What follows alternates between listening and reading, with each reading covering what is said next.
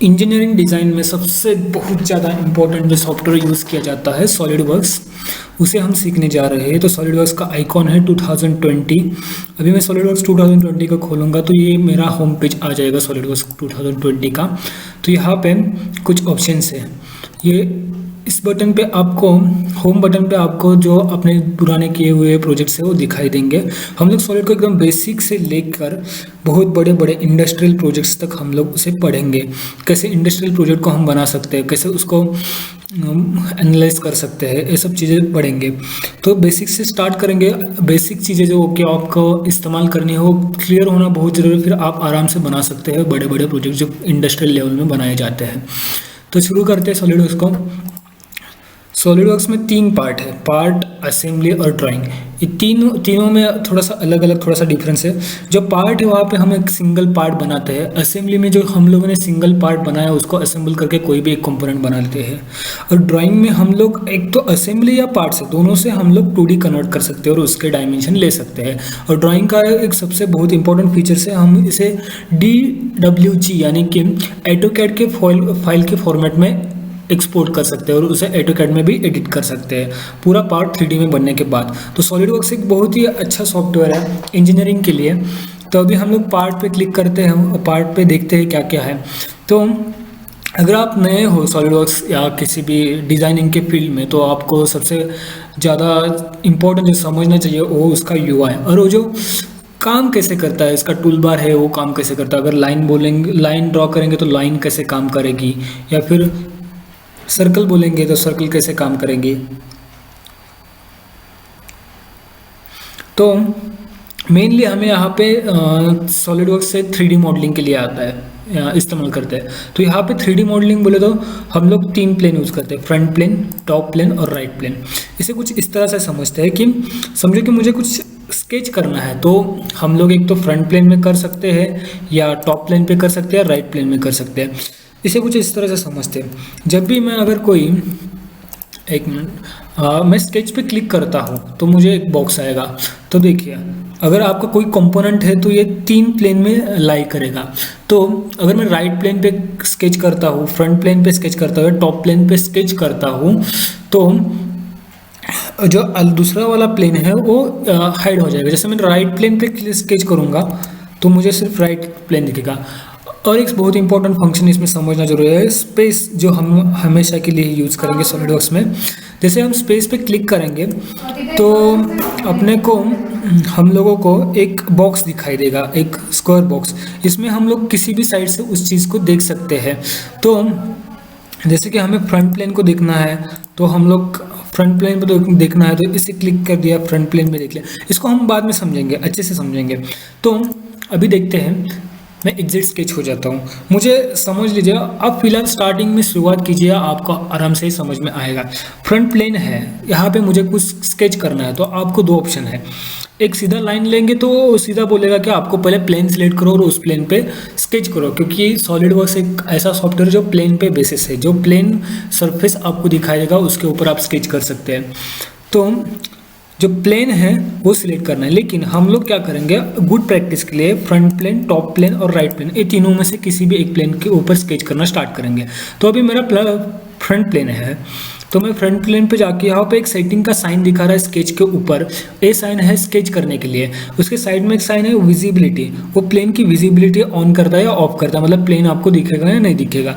और उसके साइड में जो लास्ट वाला ऑप्शन है नॉर्मल टू, सेकंड वाला ऑप्शन हम लोग ज़्यादा से यूज़ नहीं कर सकते, लेकिन लास्ट वाला जो ऑप्शन है नॉर्मल टू, ये आपको बहुत ज़रूरी है सीखना।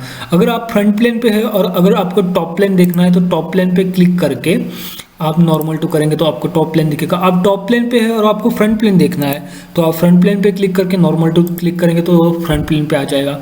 तो हम लोग अभी स्टार्ट करते हैं फ्रंट प्लेन पे स्केच करना। तो 2 ऑप्शन है, फ्रंट प्लेन पे क्लिक करो, यहाँ सेटिंग पे क्लिक करो, या ऊपर जाके स्केच पे क्लिक करो। तो अभी फ्रंट प्लेन पे क्लिक करने के बाद मैं स्केच पे क्लिक करता हूँ। स्केच पे आ गया। अभी समझो मैंने कुछ स्केच नहीं किया, यहाँ पे आपको दिख रहा है स्केच नंबर 3। ये जो ऑटोमेटिक काउंट आता है, जो हम लोग स्केच जितनी बार स्केच पे क्लिक करेंगे तो उतनी बार वो स्केच का काउंट बदलता है। स्केच नंबर 3 पे अगर मैं कोई स्केच करता हूँ तो ये प्लेन आएगा। लेकिन अगर मैंने स्केच नहीं किया और मैं यहाँ से एग्जिट करता हूँ तो एग्जिट के लिए 2 ऑप्शन है, एग्जिट स्केच यहाँ एक है और एग्जिट स्केच यहाँ एक है। अगर मैं एग्जिट कर देता हूँ तो जो हमारा यहाँ पे स्केच नंबर आया था, वो स्केच नंबर गया क्योंकि हम लोगों ने कुछ स्केच नहीं किया था। फिर से मैं वही करता हूँ, स्केच पे फ्रंट पेन पे ले जाके स्केच करता हूँ। अगर स्केच पे जाके मैंने एक स्क्वायर ड्रॉ किया, रेक्टेंगल ड्रॉ किया, एक रेक्टेंगल ड्रॉ किया, फिर मैंने एग्जिट किया, तो वो स्केच नंबर वैसे रहेगा क्योंकि उस स्केच में कुछ तो कंटेंट है। अभी देखते हैं कि मैंने फ्रंट प्लेन पे तो ड्रॉ कर लिया, लेकिन अभी मुझे लगा कि मुझे टॉप प्लेन पे कुछ ड्रॉ करना है। इसका आपको बाद में इस्तेमाल आएगा, जैसे आप आगे जाएंगे डिज़ाइनिंग करने के फील्ड में, जब कॉम्प्लेक्स ऑब्जेक्ट आपके पास हो गए डिज़ाइन के लिए, तो आपको ये फ्रंट टॉप प्लेन बहुत इंपॉर्टेंट है, इसके सिवा आप कुछ कर ही नहीं सकते। तो फ्रंट प्लेन टॉप प्लेन है, जो अभी मैंने ड्रॉ किया था वो फ्रंट प्लेन पे था, और इसका टॉप प्लेन कुछ इस तरह से है। अगर मैं बोलता हूँ कि टॉप प्लेन पे मुझे स्केच करना है, मैंने टॉप प्लेन पे गया, टॉप प्लेन पे मैं जाने के बाद एक सर्कल लिया, सर्कल सेंटर लाइन से मैं एक सर्कल बनाता हूँ, एक सर्कल मैंने बनाया सेंटर लाइन से, फिर एक किया, ठीक है, सर्कल लिया, फिर मैंने एग्जिट किया। अभी इतने तक ठीक है। दो स्केच आ गए, स्केच नंबर 1 और स्केच नंबर 2। स्केच नंबर जो 4 था वो हम लोगों ने फ्रंट प्लेन पे मेक किया, स्केच नंबर जो 5 जो हम लोगों ने टॉप प्लेन पे स्केच किया। अभी जो स्केच नंबर 4 है, समझो कि मुझे स्केच नंबर 4 है उसको एक्सट्रूड करना है। एक्सट्रूड का डेफिनेशन तो आप जानते होंगे, किसी भी चीज़ को ऐसे एक्सटेंड करना है तो उसे एक्सट्रूड बोलते हैं। इसी की वजह से हम 3D कंपोनेंट ड्रॉ करते हैं। अभी इसको समझना बहुत इंपॉर्टेंट है, क्योंकि अगर फीचर्स में हमारे पास बहुत सारे ऑप्शंस है, ये बहुत सारे ऑप्शंस है, लेकिन ये वर्क करने के लिए अलग अलग इनकी रिक्वायरमेंट है। मतलब कुछ ऑप्शन वर्क करने के लिए आपको स्केच में रहना जरूरी है। अगर आपको स्वेप्ट करना है, बिल्ड करना है, लीनियर पैटर्न में करना है, तो आप उसके लिए स्केच से एग्जिट होना बहुत ज़रूरी है। तो अभी मेरे पास स्केच नंबर 4, मतलब कि मुझे स्क्वायर को है कि एक्सट्रूड करना है, तो मैं ऐसे एक्सट्रूड पे जाके क्लिक करके एक्सट्रूड नहीं कर सकता। इसके लिए मुझे वो जो मैंने स्केच किया है उसके अंदर जाना पड़ेगा। तो उसके अंदर मैं एडिट स्केच करता हूँ। अभी ये बॉक्स में हो गया, और जो नीचे वाला स्केच था और विजिबिलिटी गई, तो मैं यहाँ पे जाके अगर एक्सट्रूड पे जाके स्केच पे जाके एडिट करके एक्सट्रूड पे जाता हूँ और फिर एक्सट्रूड करता हूँ, तो ये एक्सट्रूड हो जाएगा। एक्सट्रूड में बहुत सारी फंक्शनलिटी है, ये हम लोग बाद में समझेंगे, लेकिन हमें इसको समझ के लेना है कि ये कैसे काम करता है। अगर ये बेसिक्स आपको आ गया तो आप आराम से बड़े बड़े डायग्राम्स है जो आराम से बना सकते हैं। तो ये जो एरो है वो खींच के आप एक्सट्रूड का डायमेंशन बदल सकते हैं, या फिर यहाँ पे एक्सट्रूड का डायमेंशन भी बदल सकते हैं। अभी डायमेंशन की हम लोग बात नहीं करेंगे, वो डायमेंशन के बाद में हम बात करेंगे। तो ये हो गया एक चीज़, ठीक है। अभी हम लोगों ने जो स्केच नंबर 4 था उसे एक्सट्रूड किया, जो कि एक्सट्रूड बॉस बेस एक्सट्रूड 1 के अंदर गया है। मैं उसको वो आपको समझता हूँ। अभी एक स्केच नंबर 5 था हमारा, जो हम लोगों ने सर्कल किया था टॉप प्लेन पे, तो उसे हमें एक्सट्रूड करना है। तो हम लोग कैसे करते हैं, फिर से same procedure, sketch number 5 edit sketch, फिर एक्सट्रूड के बाद उसका जो भी एक्सट्रूड का लेंथ होगा वो क्लिक ओके। अभी 2 एक्सट्रूड हो गए, एक स्केच नंबर 4 था और एक स्केच नंबर 5 था। अभी इसे समझते हैं कि जो स्केच नंबर 4 था वो एक्सट्रूड बॉस बेस 1 के अंदर गया, बराबर, और स्केच नंबर 5 था जो एक्सट्रूड बॉस नंबर 2 के अंदर आ गया। अभी मुझे ऐसा लगता है कि मुझे जो हम लोगों ने सर्कल बनाया था इसका डायमीटर चेंज करना है। अभी मैं बात करता हूँ कि यूनिट की। तो अगर यूनिट को आप समझते हैं तो सबसे पहले यूनिट के लिए आपको इंडस्ट्रियल लेवल पे ये यूनिट यूज़ किया जाता है MMGS, और पूरी इंजीनियरिंग में मिलीमीटर, ग्राम और सेकंड यही यूनिट यूज़ किया जाता है। हम इंचेस में काम नहीं करते। कोई कंपनी होगी जो इंचेस में काम करती है तो आपको यहाँ पे यूनिट चेंज करना है, ये सबसे बहुत जरूरी है। अगर आपने एक बार यूनिट चेंज कर दिया तो उसके पहले जो आपने ड्राइंग किया हुआ है वो सब आपका इरेज हो जाएगा। मतलब उसका कुछ आप एडिट नहीं कर सकते, वो रहेगा लेकिन उसको कुछ एडिट नहीं कर सकते। तो MMGS है पहले से सेट है। तो अभी मुझे जो हम लोगों ने सर्कल बनाया था उसको हमें एडिट करना है। तो सिंपल स्केच पे जाके आपको फिर से एडिट करना है, और स्केच पे जाके एडिट करने के बाद मैं यहाँ पे डायमेंशन देता हूँ, जिसकी लेंथ है 109, मैं उसका 110 कर देता हूँ, और विड्थ जो है उसे हम 50 करते हैं। एग्जिट। तो ये आपका हो गया। अभी आपने जो किया वो स्केच एडिट किया तो आपका वो डायमेंशन, लेकिन आपको एक्सट्रूड जो किया है उसको एडिट करना। तो एक्सट्रूड पे क्लिक करके यहाँ पे एडिट फीचर्स का एक ऑप्शन है, वहाँ पे अगर आप क्लिक करेंगे तो यहाँ पे आप उसको कितना एक्सट्रूड करना है वो कर सकते हैं। मैंने 200 mm एक्सट्रूड कर दिया, ठीक है। सेम आपको स्केच नंबर 5 को एडिट करना है, वहाँ पे जाके एडिट कर सकते हैं, वहाँ पे स्मार्ट डायमेंशन की मदद से आप उसका डायमेंशन दे सकते हैं। मैं आपको स्मार्ट डायमेंशन और ऊपर के जितने भी कमांड लाइन है, कमांड्स है, वो भी आपको समझाऊंगा, लेकिन फिलहाल के लिए आप ये समझना बहुत ज़रूरी है कि ये काम कैसे करता है। फिर एक्सट्रूड भी आप चेंज कर सकते हैं, एक्सट्रूड फीचर में जाके एक्सट्रूड कितना करना है वो भी आप चेंज कर सकते हैं। अभी मैंने 200 mm एक्सट्रूड कर दिया। तो आपको ये इम्पोर्टेंट है कि अगर आपने कोई ड्राइंग बनाई है और उसका डायमेंशन चेंज करना है, एक्सट्रूजन चेंज करना है, तो आपको वो एडिट फीचर पे क्लिक करके वो एक्सट्रूड करना आना बहुत जरूरी है, क्योंकि आप उसे डिलीट करके फिर से बनाने लग जाओगे तो आपका टाइम वेस्ट जाएगा और उसके साथ ही उसका कुछ मीनिंग नहीं रहेगा, आपका टाइम बहुत स्लो हो जाएगा। एडिटिंग और डिज़ाइनिंग का जो मेन कॉन्सेप्ट है वो टाइम कंज्यूमिंग होता है। ये सॉफ्टवेयर हम लोग इसलिए इस्तेमाल करते हैं क्योंकि हमारा टाइम बच जाए, मैन्युअली भी हम लोग कर सकते हैं। तो अभी ये तो बहुत इंपॉर्टेंट था कि हम लोग कैसे स्केच एडिट कर सकते हैं और जो एक्सट्रूड किया वो एडिट कर सकते हैं। तो ये सीखना बहुत ज़रूरी था और इसका प्रैक्टिस भी करना ही इतना ही ज़रूरी है।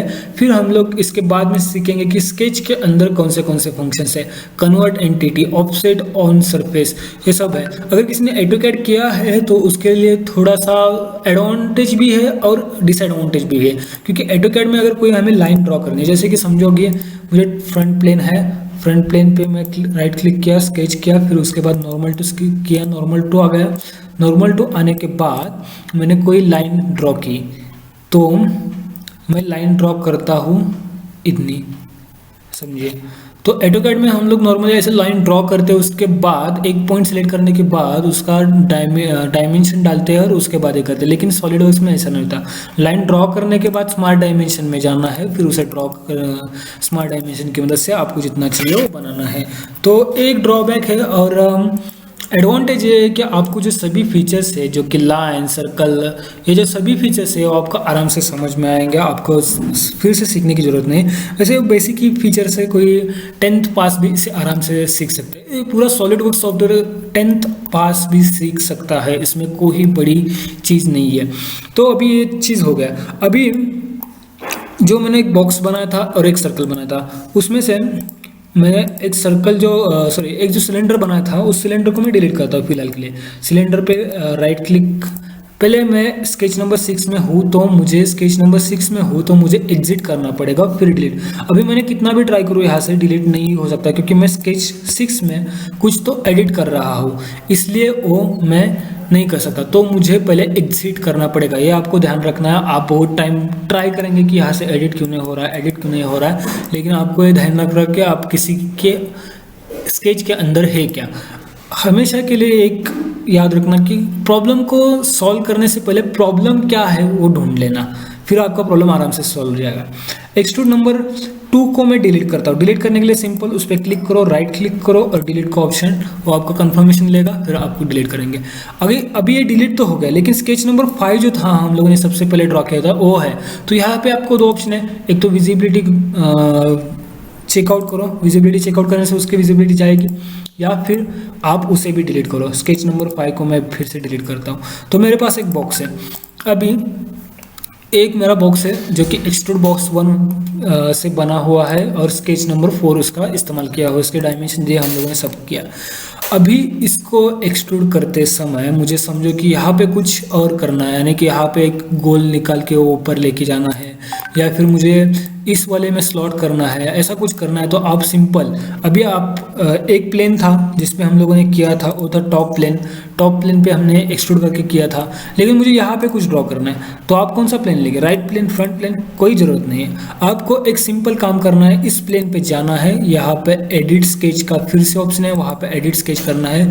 अब जब भी आपने एडिट स्केच पे क्लिक किया तब आप उस प्लेन पे सिलेक्ट कर लिया। और याद रखिए जब भी मैं स्क्वायर आता है तब मैं स्पेस को क्लिक करता हूँ, इसके बाद वो स्क्वायर होता है। अभी स्पेस को क्लिक करके मैं आया। अभी यहाँ पे मुझे समझो कि 2 हेक्सागोन ड्रॉ करने हैं, तो सेंटर लाइन से थोड़ा सा अंदर एक हेक्सागोन ड्रॉ कर लिया, और फिर सेंटर लाइन से थोड़ा सा अंदर फिर हेक्सागोन एक ड्रॉ कर लिया।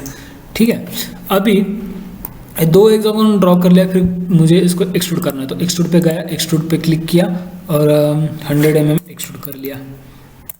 ठीक है, अभी ये जो एक्सट्रूड नंबर 3 बना उसका ये जो है वो स्केच कहाँ पे हुआ, तो वो स्केच का जो दिखा रहा है फेस वो भी दिखा रहा है, क्या स्केच हुआ वो भी। अभी इसके साथ समझो कि आपको यहाँ पे कुछ स्केच करना है तो आप यहाँ पे कुछ स्केच कर सकते हो, यहाँ पे कुछ स्केच करना है तो यहाँ पे भी कुछ स्केच कर सकते हो। जैसे यहाँ पे स्केच पे क्लिक किया, सिंपल है,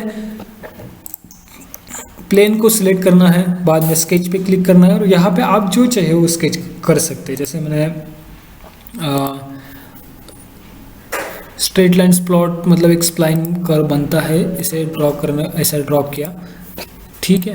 फिर इसे मुझे एक्सट्रूड करना है तो मैं एक्सट्रूड करूँगा। एक्सट्रूड में भी बहुत सारे ऑप्शन है, मैं आपको बाद में सिखाऊंगा एक्सट्रूड के ऑप्शन।